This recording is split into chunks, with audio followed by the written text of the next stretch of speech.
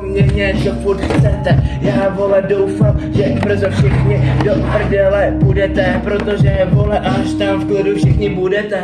Tak konečně klid budu mít já, že se na to všechno budu moc vysrat, že díky tomu budu moc něco já získat, víš jak prostě se píše příběh, protože Puťan není v píče. Ale to vy ani netušíte, že zatím co vy doma spíte, Puťan tady vole zase vizitky si tiskne. Dělá vše, co mu hore pomůže, ne že skončí pod mostem jak mrtka, co si něco píchá do kůže.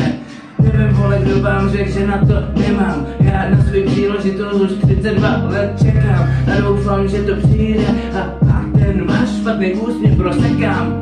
Každý z vás se chová jako potkan, oči dolů, když vás na ulici potkám. Vaše oči jsem viděl, víte kde, naposledy na vyjebaných fotkách. Nevím, proč na mě takhle koukáte, sami se nikam neposouváte. Já nevím, proč v hlavě zmatek máte, proč si život fakt neužíváte. Bez těch hádek, kámo, já dokážu bejt, vole, Hades, ano.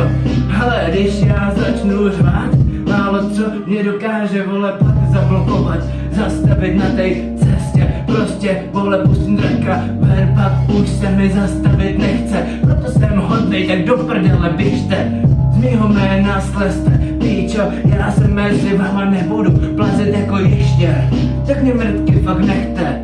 A neřešte, že jsem začal bejt, vole, sprostej, na to už je pozdě, každý z vás se ke mně roky choval jako vyjebaný koště, tak mě klidně na kolenu proste, ale jak jsem zmínil, už je pozdě.